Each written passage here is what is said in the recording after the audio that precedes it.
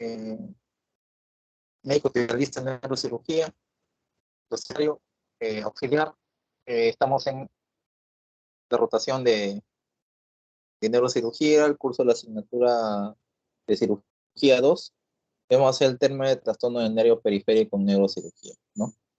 Hay que recordar que hay tres componentes, si bien nosotros conocemos el concepto de la neurona, ¿no? Es importante tener en cuenta que acá se hacen componentes complejos que tenemos que tener en cuenta y recordar para saber qué es lo que se está afectando en esta patología. Acá tenemos, en primer lugar, lo que viene a ser la fibra nerviosa, que está constituida por un axón más células de Schwann, ¿no? Rodeado de endoneuro, el cual constituye el tubo neural, ¿no?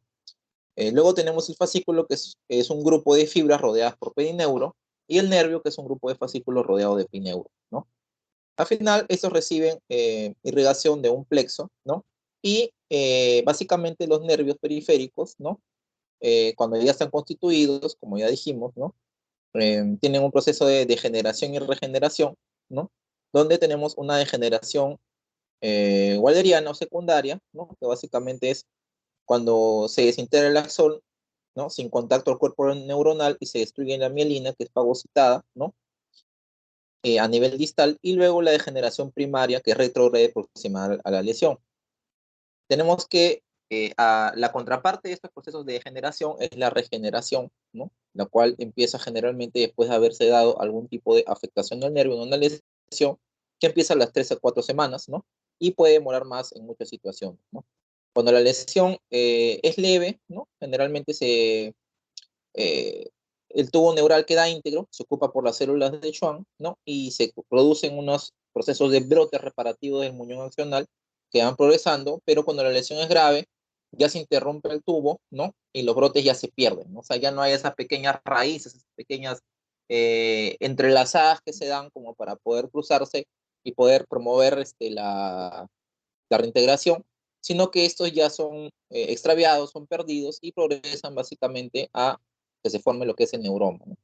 Una vez que se da esto, ya no hay la situación de poder tener una mayor reparación del nervio.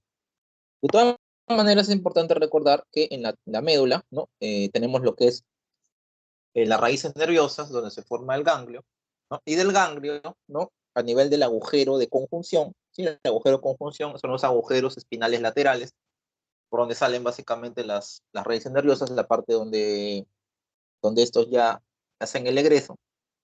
Y estas fibras, básicamente, ¿no? Donde todo el tejido nervioso va por esa área, ¿no? Tanto para la recepción de las sensaciones, la sensibilidad, como la eferencia, que es para la producción de la parte motora, salen por este agujero de conjunción, ¿no? Por este agujero de conjunción, nosotros tenemos que, al pasar esto, ¿no? Ya se compromete la raíz, ¿no? Posteriormente ya se conforman lo que son los troncos primarios, ¿no? Entonces los troncos primarios posteriormente pasan a ser troncos secundarios, ¿no? Y todo lo que está antes del ganglio se llama preganglionar, lo que está después del ganglio se llama posganglionar. Entonces, básicamente en la médula salen los ramos que forman el ganglio, del ganglio sale la raíz, y la raíz forma los troncos primarios y los troncos secundarios.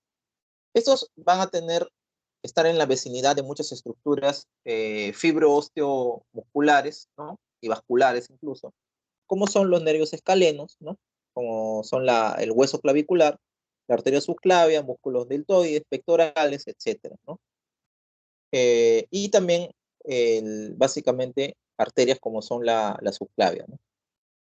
Tenemos que las raíces que se forman de este concepto, esta estructura que es la raíz, forma un tronco y del tronco se forman otras estructuras a su vez. Estos vienen a llamarse segmentos y posteriormente se constituyen lo que se llama nervios, ¿no? Entonces, las raíces C5, C6 forman el tronco superior, ¿no?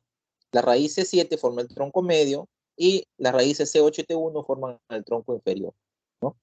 Entonces, básicamente, el tronco superior y medio forman el segmento lateral, ¿ok? Básicamente, la unión eh, podemos decirlo así, una vez que está conformado esto, los segmentos laterales, los segmentos Los segmentos que están conformados son de tres tipos: laterales, posteriores y mediales. Y la unión del segmento lateral con el posterior nos da el nervio axilar. La continuación del segmento lateral nos da el nervio musculocutáneo, ¿no? Básicamente el segmento posterior también nos da el nervio radial. La unión del segmento medial con el lateral nos da el nervio mediano, y la continuación del segmento medial nos da el nervio cubital o ulnar. Entonces, básicamente, hay distintas combinaciones. Estos también discurren en la parte del antebrazo con los músculos de los tendones que están en la parte braquial, y van a llegar a la parte más distal de la mano, ¿no? Una estructura importante que hay que recordar para los fines de esta exposición, ¿no? Es el túnel del carpo, que básicamente está conformada en su interior por el nervio mediano, ¿no? Y esta está en relación básicamente de los flexores profundos de los dedos, del flexor largo del pulgar. Está en bastante relación con eso, ¿no? Y las flexiones radiales. Entonces, alrededor de esto hay un anillo anterior, que cuando este anillo, básicamente al hacer pues un armazón cerrado, ¿no? Tanto los tendones como el anillo que se genera ahí, al generarse un proceso inflamatorio, esto puede generar una compresión de este nervio, ¿no? Entonces, hay un canal carpiano que básicamente está constituido por los huesos, ¿no? Y estos, ya dije las relaciones que tienen, ¿no? ¿Cuál es la irrigación de este nervio mediano? Importante mencionarlo. Son ramos o vasos que proceden de la arteria radial, la cubital y la arteria del arco, ¿no? Básicamente una parte motora, el nervio mediano, y una parte sensitiva. Eso es lo más importante que hay que recordar con respecto a lo que vamos a emplear en la parte clínica. Eh, la parte motora, ¿no?, que nosotros vamos a ver, ya estamos hablando de básicamente la correlación con las raíces nerviosas, ¿no? Y que ejercen una función. Entonces, la función que hace un músculo en relación a un nervio, ¿no?, a un territorio nervioso, básicamente la función motora se llama los miótomos.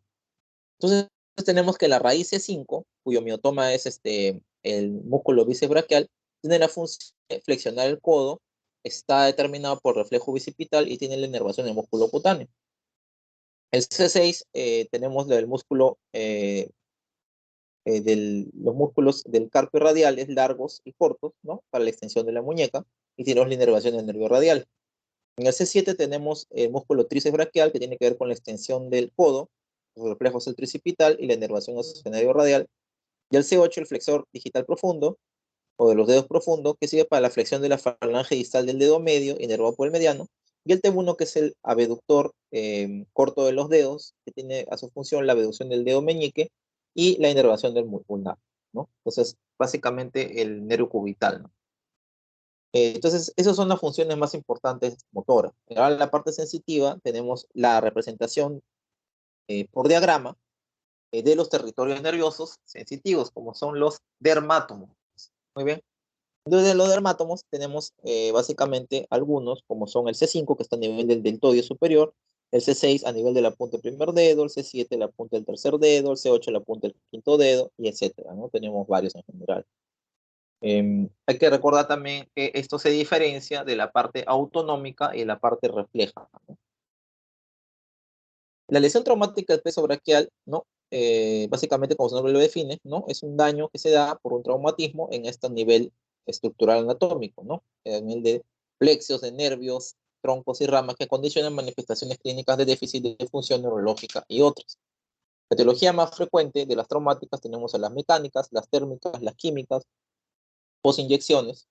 Tenemos también las abiertas, como son arma blanca, arma de fuego, las quirúrgicas, etcétera, o las cerradas, como la tracción o estiramiento. Hay una clase preganglionar y postganglionar de acuerdo a la lesión. Los tipos que se dan generalmente, ¿no?, de lesión, pregunta de examen, son de tres, de acuerdo a la clasificación de Sedón: la neuropraxia, la axononmesis y la neuronmesis. Repito, la neuropraxia, la axononmesis y la neuronmesis. Tienen unos, la neuropraxia tiene, cuando se da, usualmente la parte que se altera en la parte nerviosa es básicamente la mielina, ¿no? Lo que se daña es la mielina, ¿no? Pregunta de examen. En la zoonotmesis lo que se suele dañar puede ser el axón, el endoneuro o el perineuro. Y la neuroenmesis lo que se daña es el epineuro, ¿no? La recuperación también, pregunta de examen, es mayor o mayor probabilidad en la neuropraxia. En la zoonotmesis es prácticamente desorganizada y baja la probabilidad, y la neuroenmesis es nula. Muy bien, entonces, ¿cuál tiene mejor pronóstico? La neuropraxia, ¿no? Mediano pronóstico, o mediano para malo, mejor dicho, la zoonotmesis. ¿Y cuál tiene el peor pronóstico? La neuroenmesis. En cuadro clínico es importante ver la parte motora, que lo podemos evaluar con la escala de Daniels o la escala británica, que va desde 0 hasta 5, siendo 0 la ausencia total de la función de la fuerza y 5 lo máximo. Muy bien. Entonces podemos ver la parte proximal, media y distal. En la parte sensitiva es importante considerar que tenemos, mencionar también de que cuando hablamos de paresia, ¿no? Paresia, la afectación de la función es incompleta, o sea, en la paresia hay una disminución de fuerza. Sí, está disminuido, pero todavía está presente. No se completa todavía el daño, por eso se dice una paresia en la parte clínica quiere decir daño incompleto. En cambio, una plegia, ¿no? Es un daño completo, ya se completó el daño. En plegia, recordar que la fuerza, de acuerdo a la escala de Daniels, sería 0. Es importante tener en cuenta esto, para no confundir ambos términos. En la sensibilidad tenemos la parte, las superficiales, ¿no? Como son la táctil, algésica y térmica, con sus características particulares, que la táctil y la algésica son, mejor dicho, la algésica y la térmica son contralaterales, a diferencia de la táctil, que es ipsilateral, y la sensibilidad profunda, que básicamente son la propioceptiva, ¿no? Que básicamente es la capacidad que tenemos para percibir los movimientos de las articulaciones o de alguna estructura del cuerpo sin tener que mirarla, y la vibratoria, como que es poco examinada, pero está pendiente, no está presente, mejor. Los tipos son incompleto o completo, ¿ya? El incompleto sería la hipoestesia, donde hay una disminución de la sensibilidad, y la anestesia, que es la anulación total de la sensibilidad. Hay que recordar que esta anestesia es lo que se busca en los procedimientos quirúrgicos para que el paciente no perciba el dolor. Pueden haber signos de primera motoneurona y segunda motoneurona. Básicamente, en la primera motoneurona los reflejos están vivos, pueden haber reflejos patológicos como son el Hoffman, que es el análogo al Babinski en las extremidades inferiores, pero el Hoffman es en las extremidades superiores. Puede haber un tono espástico y se afectan amplios grupos musculares. En cambio, en la segunda motoneurona, estos están los reflejos disminuidos o ausentes, el tono es de flacidez, ¿no? Hay una respuesta flexora, ¿no? El Hoffman se va a encontrar negativo y hay pequeños grupos o músculos aislados que se pueden generar fasciculaciones o fibrilación, ¿no? Básicamente es una afectación más local, más localizada. Desde el punto de vista de otras manifestaciones, tenemos a sensación de adormecimiento, parestesias, pueden asociarse a estas lesiones, heridas abiertas cutáneo-musculares, fracturas o luxaciones de extremidades, lesiones vértebro-raquimedulares, lesiones sistémicas o politraumatismos torácicos, abdominales o pélvicos. Ya hemos hablado de clasificación según el tipo de lesión incompleta y completa.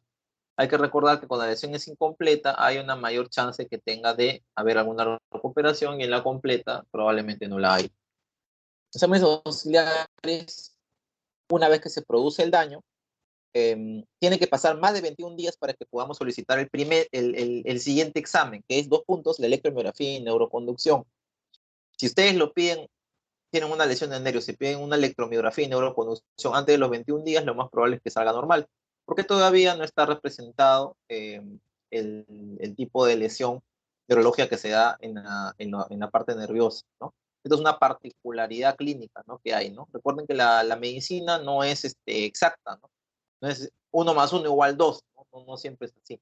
Entonces hay ciertas circunstancias que es importante, fenómenos que deben identificar ustedes. Uno de ellos es en cuánto tiempo se manifiesta una lesión de inervación, ¿no? De inervación en los estudios neurofisiológicos como es la electromiografía y neuroconducción.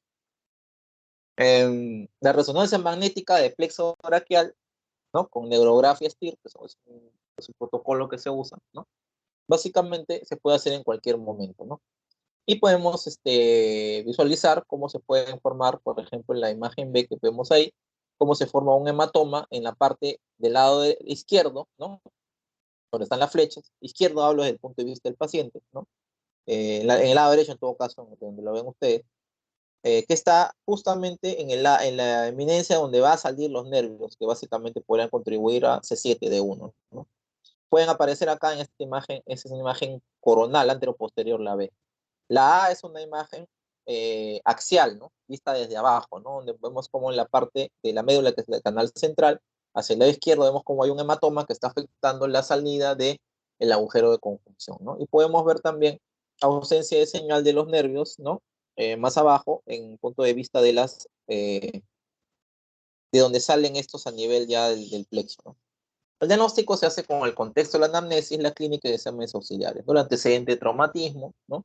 Y básicamente el manejo multidisciplinario, donde se hace una evaluación y manejo por traumatología, cirugía plástica, neurocirugía, medicina física, rehabilitación, según corresponda.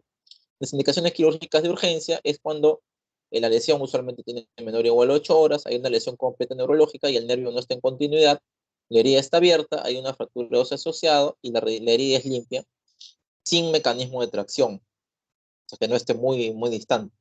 Y cuando es selectiva, cuando la herida está sucia, ¿no? Porque nadie va a suturar una herida que está sucia, no la va a cerrar, porque teóricamente primero hay que limpiarla, y si estamos hablando de un área que es totalmente estéril, como el área nerviosa vascular, eso puede traer mayores problemas. Mecanismos de tracción, o que no se conozcan, lesiones completas neurológicas, grado de Sunderland, 3, 4, 5 y más 72 horas. Hay que mencionar que el grado de Sunderland son el análogo, ¿no? A la clasificación, acá está, de Seddon, ¿no? Básicamente el Seddon incluye a la neuropraxia, que es el Sunderland 1, ¿no? Que es un equivalente, y la sonomesis incluye el Sunderland del 2, 3 y 4. En cambio, la neuromesis es el 5. Entonces, si estamos hablando de esto, ¿no? En concreto, lo que queremos decir en este punto, ¿no? Es que el tipo de cirugías que se va a hacer para este tipo de planeamiento de cirugía tardía va a tener que ser cuando estamos hablando de la axononmesis, ¿no? La sononmesis o la neuromesis prácticamente. El tratamiento quirúrgico hay dos tipos: la cirugía primaria, que repara los nervios directamente, ¿no? Que se puede hacer mediante sutura directa o transposición, lo que se llama la maniobra de Oberlin, ¿no? La maniobra de Oberlin. Y luego tenemos también la cirugía secundaria, que es la que se realiza en huesos, tendones o músculos, no en los nervios, y en estas se incluye la artrodesis, trasplantes musculares y las transferencias tendinosas, ¿no? Esto básicamente son coadyuvantes, porque ya mencioné que puede estar asociado a un traumatismo del plexo braquial, puede estar asociado a una fractura de la extremidad superior, una luxación de la extremidad superior, etcétera, etcétera. Entonces, básicamente va dirigido a eso. Pero la cirugía primaria es la que va dirigida a los niños. Entonces, reparación directa y reparación por transposición, que es la maniobra de Oberlin. ¿En qué consiste eso? Que básicamente se obtiene un nervio, usualmente que sea de tipo sensitivo, y ese nervio se usa de intermediario como un puente entre dos extremos para que pueda mantener su eh, inervación lo más posible. Esto no siempre se llega a dar, a decir verdad, los pronósticos en la mayoría de pacientes no es bueno desde el punto de vista funcional, y son cirugías de bastantes horas, ¿no? No se hace en todos los lugares, la mayoría de veces en nuestro medio lo suelen hacer eh, más las especialidades que ya mencioné, ¿no? Cirugía plástica, traumatología, que es un poquito más bien porque las asociaciones con las lesiones de las fracturas o lesiones de los nervios superior, de las extremidades superior, ¿no? Más que nada. Entonces, básicamente tenemos que se abre en la parte cerca del esternocleidomastoideo, se hace una incisión y a partir de ahí se va abriendo los palos cutáneos musculares hasta llegar a la parte nerviosa y se realiza sea la reparación o la transposición. Luego se revisa la hemostasia, se cierran los planos y eso sería básicamente. En la parte superior vemos una transposición de nervio, ¿no? Vemos una transposición de nervio, eh, como por ejemplo es el supraescapular, ¿no? Y en la parte más inferior, ¿no? En la parte más inferior podemos tener la sutura directa eh, de nervios ya de forma directa, ¿no? Sin necesidad de una transposición. El manejo postquirúrgico incluye una evaluación y tratamiento en medicina física y rehabilitación, controles por neurocirugía, traumatología, cirugía plástica y otros correspondientes. El pronóstico, ya lo dije, en la neuropraxia es regular, en la sonomnesis es regular para malo, Y el neuromesis es malo. ¿Por qué? Porque no, es muy probable que ya no haya recuperación, ¿no? De cero, ¿no? Entonces, si hay cirugía, el mejor resultado posible es entre 72 horas a 6 meses, el resultado mediano a pobre entre 6 meses a 24, y el resultado por anule más de 24 meses. Aunque ustedes no lo crean, la mayoría de los casos suelen ser neuromesis. Así, ¿verdad? La posibilidad de que un nervio se seccione exactamente como para dar enfermedad, pero justo como para dejarlo en poco función, no es muy frecuente. Eso es algo que hay que tener en cuenta en cuanto a la frecuencia de las ocurrencias en la parte práctica, en la parte clínica. Finalmente hablaremos del síndrome compresivo del nervio mediano, que básicamente es la compresión del mismo por estructuras fibromusculoligamentarias con componente inflamatorio irritativo que genera manifestaciones clínicas, es más frecuente en las mujeres, que le da promedios de 45 años y se da más en la extremidad dominante. Está asociado a traumatismos, trabajos administrativos o manuales, embarazos, hipotiroidismo, malformaciones congénitas, gigantismos, amiloidosis, artrosis, diabetes mellitus, obesidad, insuficiencia renal o pacientes que están en hemodiálisis. Básicamente, en un mecanismo primario directo por la lesión, puede ser mecánico, donde hay un daño en la vaina mielina o el axón, y posteriormente indirecto por compresión de uno de los nervios. Se asocian procesos de inflamación y oxidación, ¿no? Que puede generar de manera crónica una disfunción del nervio, ¿no? Inicialmente empieza con una sensación anormal de electricidad o adormecimiento, como parestesias en los 3 primeros dedos y la cara palmar de la mano. También se asocia dolor en el antebrazo, muñeca ipsilateral, alteración en manipular objetos, debilidad o hipotrofia del abductor corto del pulgar o poniente del pulgar, o sea, van a ver una atrofia, ¿no? En la eminencia de ese lado. O sea, la mitad de la mano, la porción que está cerca del pulgar lo van a ver medio hundido, ¿no? Van a ver el signo de Tinel positivo, que básicamente es la percusión de la muñeca, ¿no?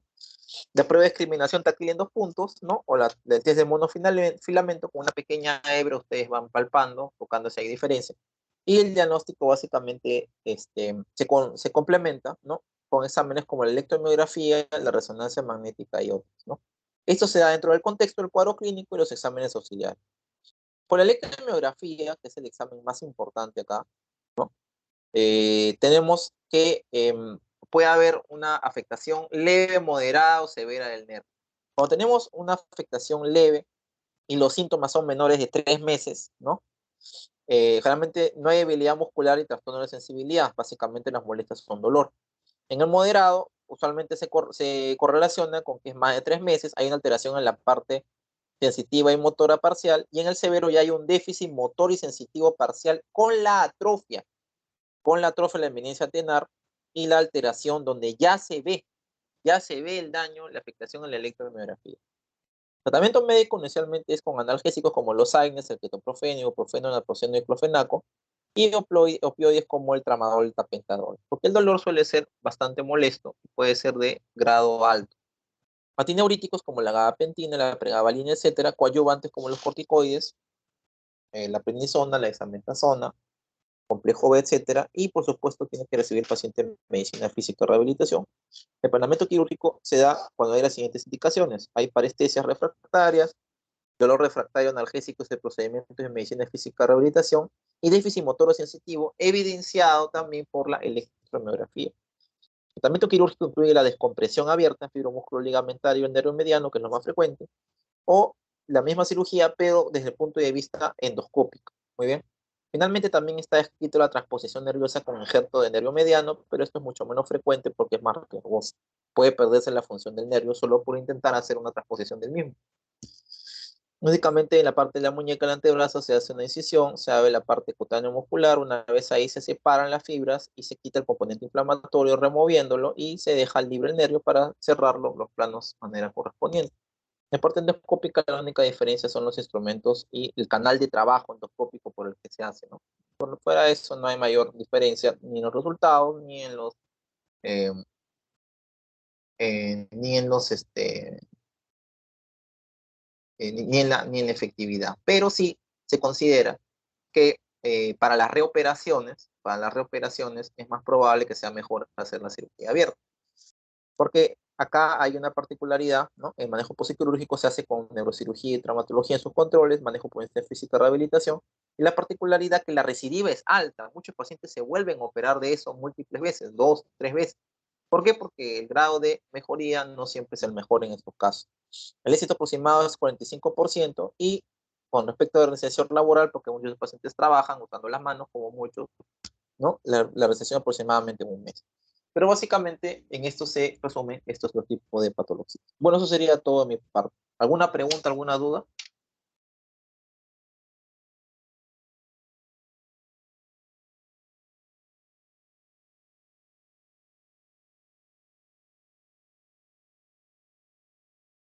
Bueno, no hay ninguna pregunta. Bueno, entonces eso sería todo con respecto a la clase del día de hoy. Doctor, ya con eso terminaríamos, ¿no?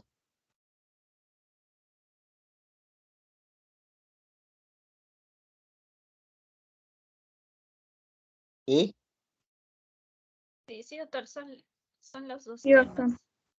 ya listo. Entonces, bueno, les agradezco bastante. Bueno, hemos visto la parte de la clasificación, las definiciones, la parte clínica, los exámenes auxiliares, el tratamiento que se hace, tanto médico como quirúrgico en el caso y las particularidades que tienen estas dos patologías, ¿no? Lesión del precio braquial y el túnel del carpo. Bueno, espero que haya sido didáctico y provechoso y conmigo serás otra Doctor, oportunidad. disculpe. Sí. Doctor, ¿usted Sí, cree que nos pueda compartir sus PPTs?